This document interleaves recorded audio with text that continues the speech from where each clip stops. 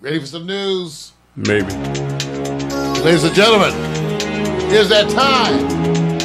Time. The good news, the bad news, and the other shit.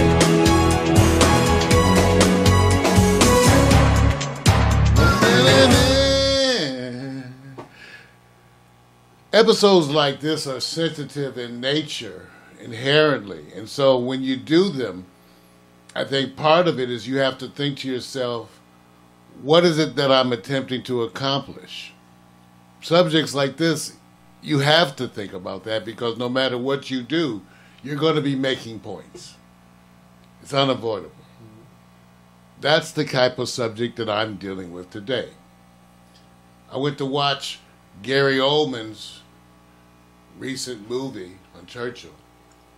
And because of the revolutionary person that I am, it caused me to not question the story that was being presented to me, but to think of the relative value of the other parts of Churchill's life that I knew about. Much in the same way that when I read the Diaries of Columbus, I was shocked. And the truth is sometimes shocking. Okay? And to examine it in that way can be hurtful. And so my point that I said at the beginning is when you do these type of commentaries, you first have to think clearly, what is it that you want folks to understand? And I think what I want folks to understand is that certain kind of flaws have been there for a long time. And our heroes certainly are flawed people. As such, they remain our heroes, but sometimes in learning about those flaws, it makes us look at them differently. Looking at O.J. Simpson now, and then looking at football videos, you don't feel the same. Looking at Cosby, you see some old, you don't feel the same. So, and such it is the story with Winston Churchill. Not so much to demonize Churchill, but for those of us to recognize that in those times when the common way of thinking was so hateful and so racist and so bigoted, there are those examples of the people who were not. Even when most of America wanted to own slaves, there were those who refused and said it was evil. Even before the women's movement, there were those men who knew that their woman was their equal and deserved all the attention and recognition that was contained therein. There are always those, despite what is common and prevalent, who see what is right. So my issue with today's broadcast was not to horrify you, even though I'm sure I will. I want you to understand it was not my goal to horrify you with painful voicings from Winston Churchill's racist past, even though I will. But it was not my goal to horrify you.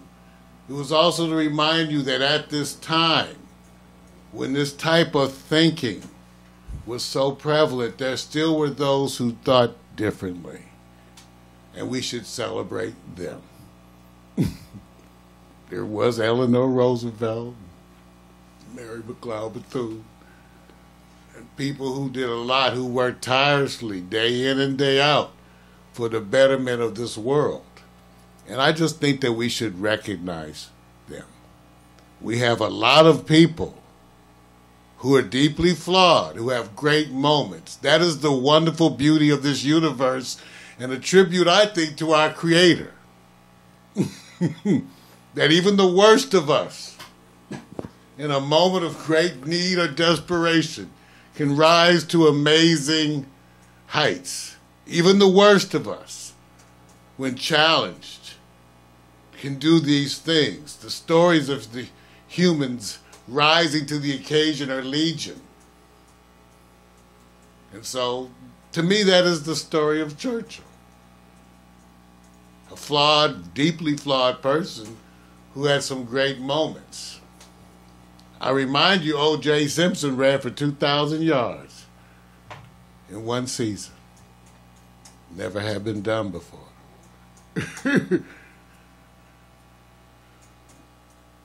Flawed men, flawed women have moments of achievement.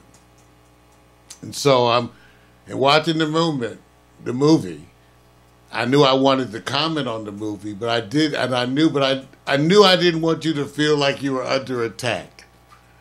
Why? Because these heroes of ours, we love them. And to find out these things about them hurts. And we don't know how to deal with that. Maybe in the same way we deal with our Thanksgiving table. Where we sit down with our racist auntie or our homophobic uncle. Oh, that's wrong. And we sit there, we still love them. And they are flawed. And I can't ask you to reject them. I have them in my family too. So we have to learn to deal and live with flawed people. And so it is. So I posted on Facebook, let me see if I can get it up here. I posted this because I went online and I went and read, because when I was watching them, I said, why no one different Churchill? Didn't Churchill like kick ass in India? I mean, didn't he kick some ass? He was over, that's how he made his fame, kicking the ass of people of color. Okay, okay. And he commented on it, okay, over and over again. And so I said, well, I thought I knew, because as part of my getting older, I've learned to go and research some of my heroes. John Wayne broke my heart when I was younger. I was so young when I learned of the kind of things he said about black folks. So, but you can go look at these things, because what you find out is they weren't secrets. They weren't secrets. The people knew it. They were proud of what they say, what they thought. Much in the way that when you deal with Americans who are racist today, there's no secret. They tell you to their face. They have no trouble telling you. That's exactly how I feel. So let me quote you Winston Churchill. Because I put this posting, and I titled the posting, Winston Churchill Will Never Be My Hero. Revisionist history is real and Hollywood sells it daily. And I proceeded to present you racist quotes by Winston Churchill, paint a different picture. Let's go through them. 1, and I quote, I do not agree that the dog in a manger has the final right to the manger, even though he may have lain there for a very long time. I do not admit that right. I do not admit, for instance, that a great wrong has been done to the Red Indians of America or the black people of Australia. I do not admit that a wrong has been done to these people by the fact that a stronger race, a higher grade race, a more worldly race, wise race to put it that way, has come in and taken their place.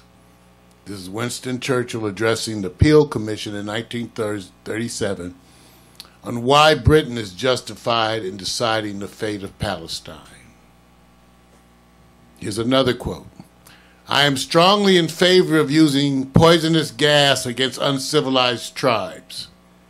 That's Churchill on how Britain should deal with the Iraqi revolution against Britain's rule in 1920. Isn't that embracing genocide? And this is the man who later endured Hitler's relentless bombing of London. Okay. I'm just saying the history takes on a whole different perspective sometimes as you start to look at the complexities of the individual. Doesn't it make your World War II history feel differently? Okay, how about this? As he spoke of Gandhi, who I love, on my wall where I have Martin Luther King, who has flaws, Do I have Gandhi? They all had flaws. True that. But I put Gandhi on my wall because he wrapped himself in a cloth and made the British get out of India. My God. Okay. Gandhi, this is what he said about Gandhi. Gandhiism and everything it stands for will have to be grappled with and crushed. He also said, it is alarming and also nauseating to see Mr. Gandhi, a seditious Middle Temple lawyer of the type well known in the East, now posing as a faker, striding half naked up to the steps of the vice-regal palace to parley on equal terms with the representative of the king emperor.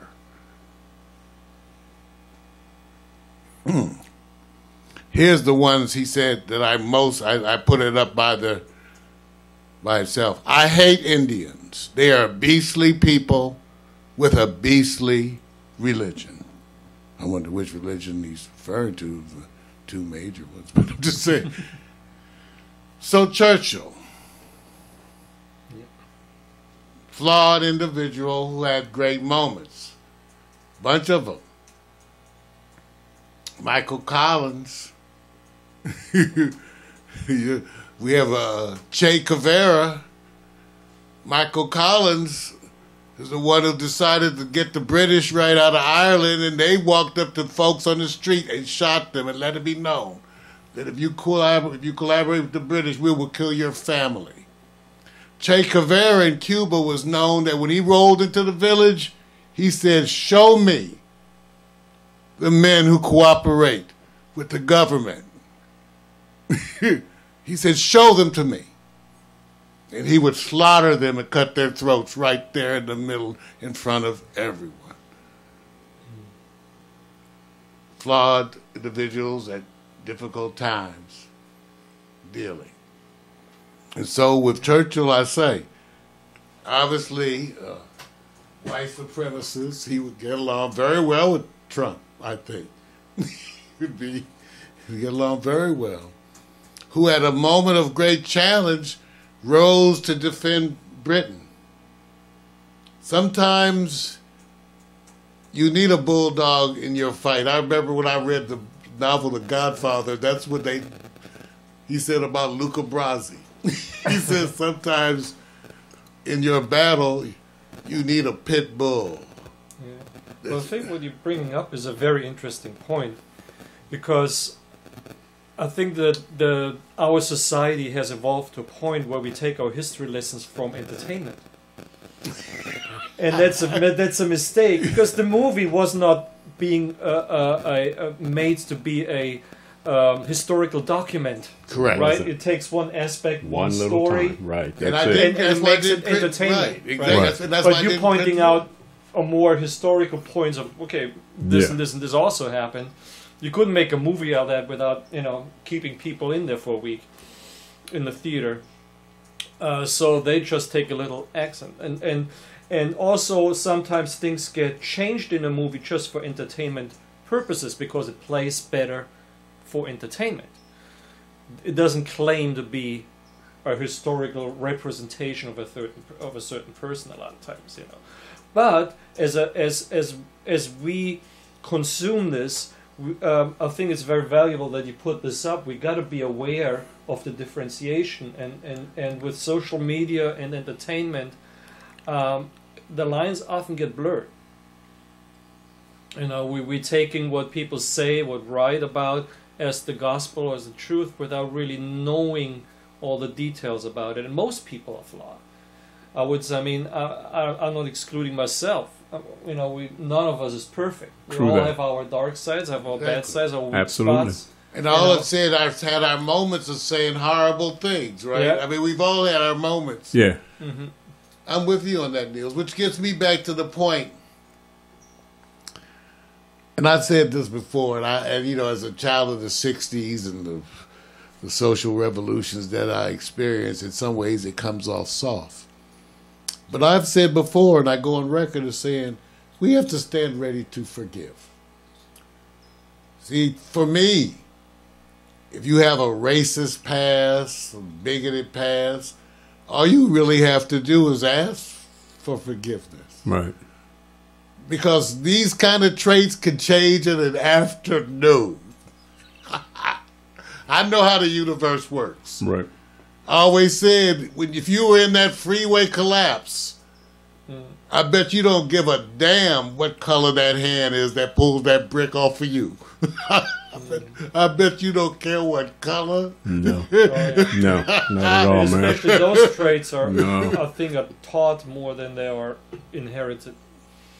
Yeah. You know? So we have to be able to So we forgive can people. Re-educate people. And that can happen in a moment. Right. You could meet a person who could change your views on a lifetime of issues in a moment. Right.